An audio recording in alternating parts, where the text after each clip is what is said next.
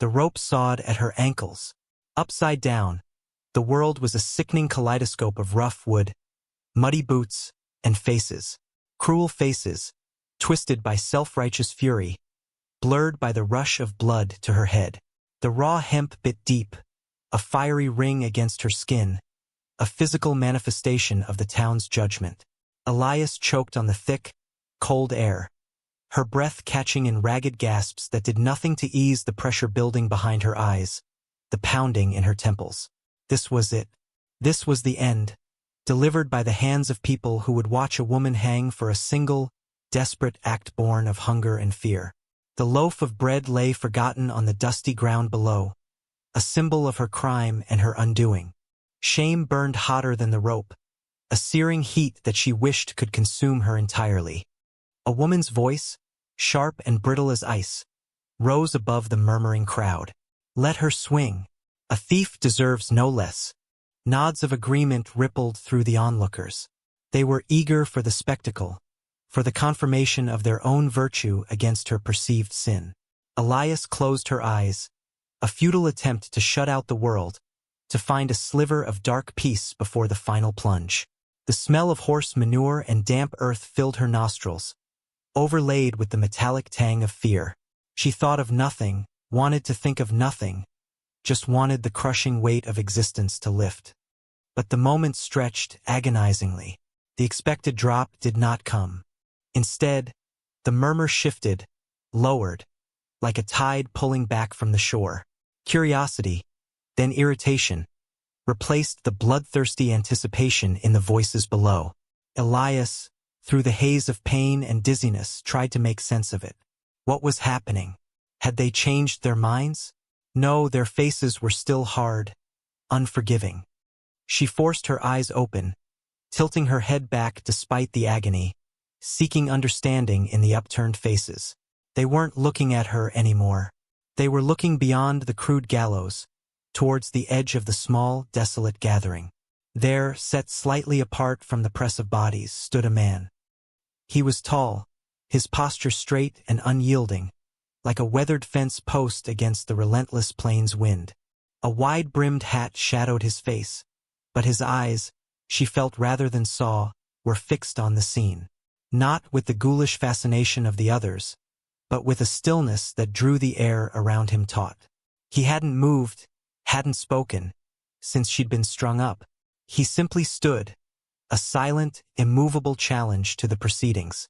The man who was supposed to deliver the final shove, the one holding the axe ready to cut the supporting beam, shifted nervously, his gaze flicking between the man at the edge and the town elder who stood puffing out his chest, ready to give the final order. "Well?" the elder barked, his voice losing its earlier confidence. "Are we waiting all day? Do your duty, Silas." Silas hesitated, wiping a sweaty hand on his trousers. The man at the edge didn't speak, didn't gesture. He just stood. It was his stillness, his quiet refusal to participate or endorse, that had brought everything to a halt. It wasn't defiance shouted from the rooftops. It was resistance etched in stone. Elias, dangling, dizzy, felt a flicker of something unfamiliar. Not hope, not yet. Just a tiny, bewildered pause in the headlong rush towards death, caused by a stranger who simply refused to look away. The rope continued its merciless bite, a constant reminder of her precarious state.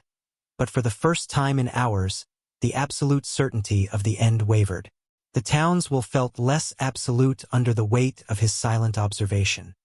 The elder, his face mottling with frustration, finally turned his glare towards the man. "You! Who are you to interfere with justice?" The man didn't reply immediately. He remained silent, his presence a solid, unyielding block in the face of their collective anger. The wind whipped a strand of hair across Elias's face, stinging her eyes. She was cold now, deeply cold, despite the blood pounding in her head. The initial heat of shame was being replaced by the chilling grip of reality. Hanging was not just a swift end. It was a prolonged, agonizing process. Each beat of her heart was a protest, each breath a struggle. She wanted it over, Even the unexpected pause brought by the stranger felt like a cruel extension of her suffering. Finally, the man's voice cut through the tension. It was low, calm, but carried a weight that silenced the murmurs. "I ain't interfering, just watching." "Then watch from elsewhere," the elder spat. "This is town business." "My business takes me where I stand," the man replied, his tone utterly devoid of threat, yet utterly firm. He didn't raise his voice, didn't make a move, but his simple refusal to leave held the small mob captive. They couldn't proceed under his unwavering gaze, a stranger who offered no judgment, just presence. It chipped away at their collective resolve, made them question, perhaps, the ugliness of what they were doing under the indifferent eye of an outsider. The elder sputtered, unsure how to handle this passive resistance. He couldn't force the man to leave without cause, not without drawing more attention, creating a bigger scene than he wanted.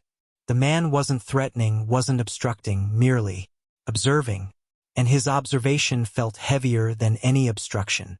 After a long, uncomfortable silence, the elder capitulated, his fury deflating into grudging annoyance.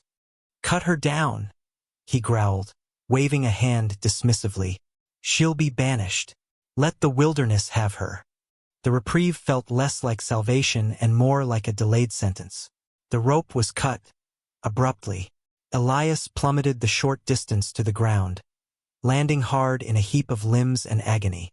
The world spun violently, and blackness clawed at the edges of her vision. Pain exploded in her ankles, shooting up her legs.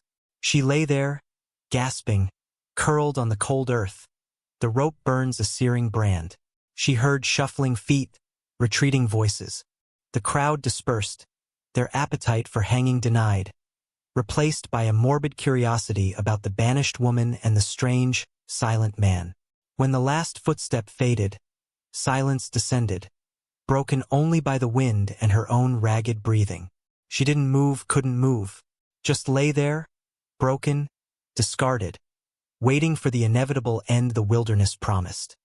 She lay on the frozen ground for what felt like an age, the cold seeping into her bones, a deeper chill than the air itself. Her ankles throbbed, a constant, dull ache that pulsed with her heartbeat. Every muscle protested the fall, the indignity, the lingering fear. Elias kept her eyes squeezed shut, wishing for the oblivion that refused to come. The silence was vast now, pressing in on her from all sides. The town was gone, their cruel faces replaced by the indifferent expanse of the Winterbear Plains. She was alone, truly alone, this time with no hope of rescue, no place to go. Banishment was a slower, quieter death sentence than the rope, but no less final. A sound broke the stillness, the soft crunch of boots on hard earth. Not retreating, but approaching. Her heart leaped into her throat, a frantic bird trapped in a cage. Had someone returned to finish the job? She tensed, bracing for a kick, a final blow. The boots stopped a few feet away. Stillness again. She didn't dare open her eyes. The shame was too potent, the vulnerability too absolute. She was a failure, a thief, stripped bare and cast out. What right did she have to look upon anyone? A moment passed, then another. She heard the rustle of cloth, a sigh that seemed to carry the weight of miles. Then, a voice. The same low, calm voice from before. The man who had stood apart. "You can't stay here." It wasn't a question, or an offer of help, just a simple statement of fact. Elias didn't respond. She couldn't. Her throat was raw, her tongue heavy. "The wind will cut through you by dawn." Still, she said nothing. What was the point? The wind, the cold, the wolves. They were all just different aspects of the same ending. He didn't press. He just stood there, his silent presence a stark contrast to the emptiness of the land around them. She felt his gaze on her, not predatory or judgmental like the townspeople, but steady, assessing. It was unnerving. She preferred the indifference of the wilderness to this quiet scrutiny. After another long silence, a different sound. The scrape of a heavy blanket being unfolded. Then, a slight shift in the air, and something warm and rough was laid gently over her back and shoulders. It wasn't much, just a single wool blanket, but it was a barrier against the biting wind, a tiny act of grace in a world that had offered none. Elias shivered, pulling the blanket tighter around her, though the movement sent a fresh wave of pain through her ankles. Tears pricked at her eyes, not from the pain, but from the unexpected minimal kindness. "You need water," he said. He didn't offer to help her up. He didn't fuss. He just stated the need. She heard him move away, heard the clink of metal, then the soft gurgle of water being poured into a cup. He returned and knelt awkwardly beside her, holding the cup out. Slowly, cautiously, Elias pushed herself up onto her elbows, wincing. Her ankles screamed in protest. She reached out a trembling hand and took the cup. Her fingers brushed his. His skin was rough, calloused. His hand was steady. She lifted the cup to her lips and drank. The water was cold and clean, the most refreshing thing she had ever tasted. She drank deeply, the simple act grounding her slightly in the harsh reality. When she finished, she lowered the cup, her gaze finally lifting to his face. The hat was pushed back slightly. He had a square jaw, weathered skin etched with fine lines, and eyes that seemed to hold the same vast, empty quality as the plains stretching out before them. They were gray, intelligent, and wary. He wasn't young, but not old either. Hard to tell under the dust and sun. "Thank you," she whispered, the words scratching at her throat. He merely nodded, a fractional dip of his head. He didn't offer a name, didn't ask for hers. He just took the cup back and stood up, his movements economical and sure. "I'm heading west," he said, looking towards the setting sun painting the sky in bruised purples and oranges. "There's a spring 3 hours ride from here. Maybe 4, walking." He wasn't inviting her. He was stating his direction, stating a fact about the landscape.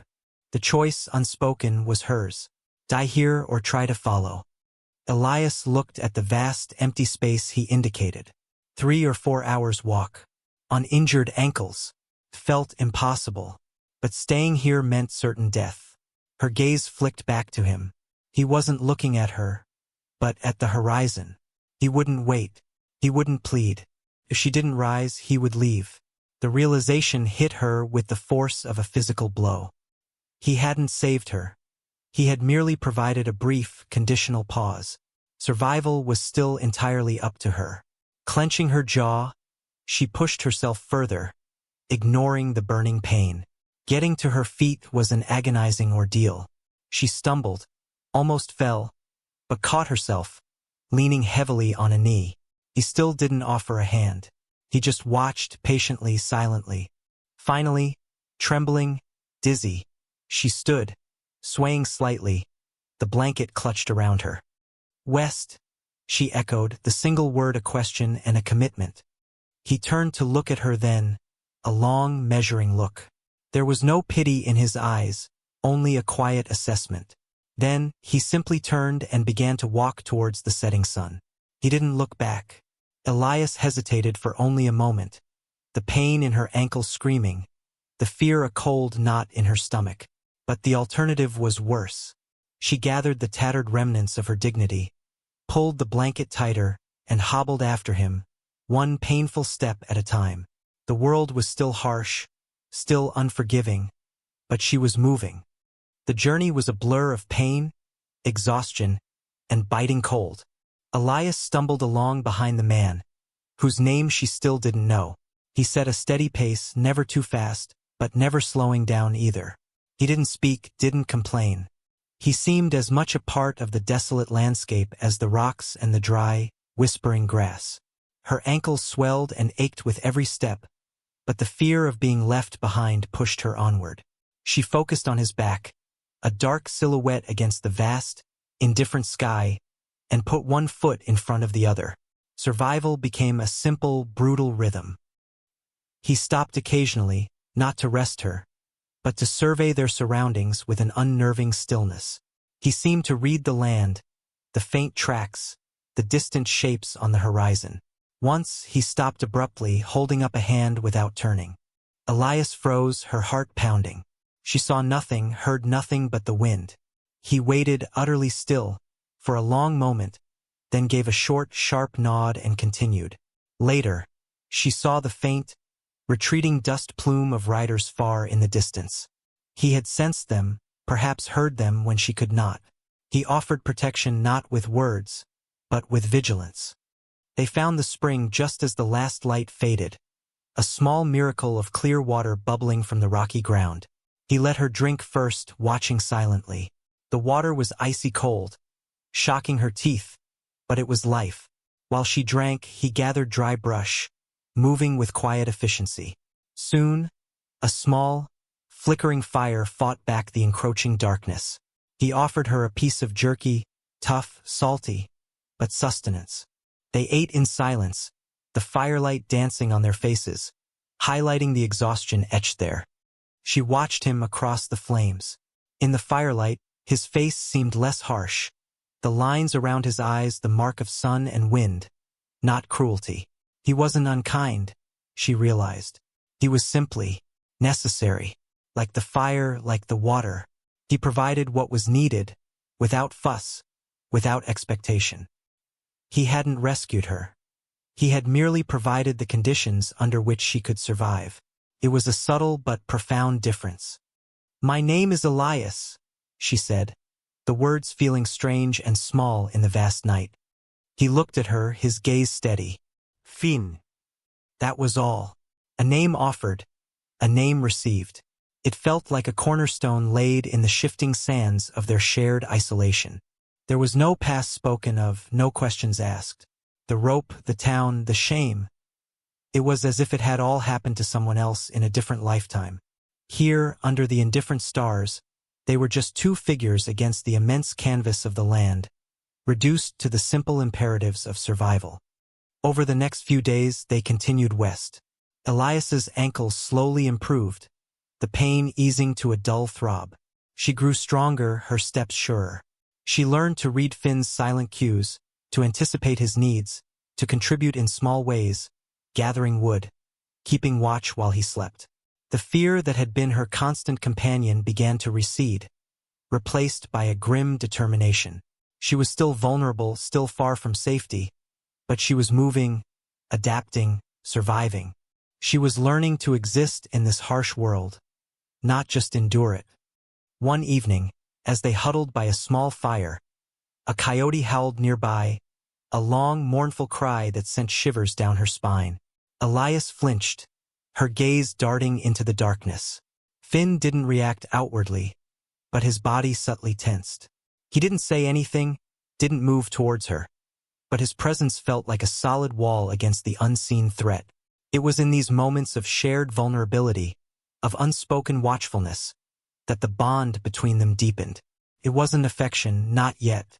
It was something more fundamental, mutual reliance, quiet respect born from shared hardship.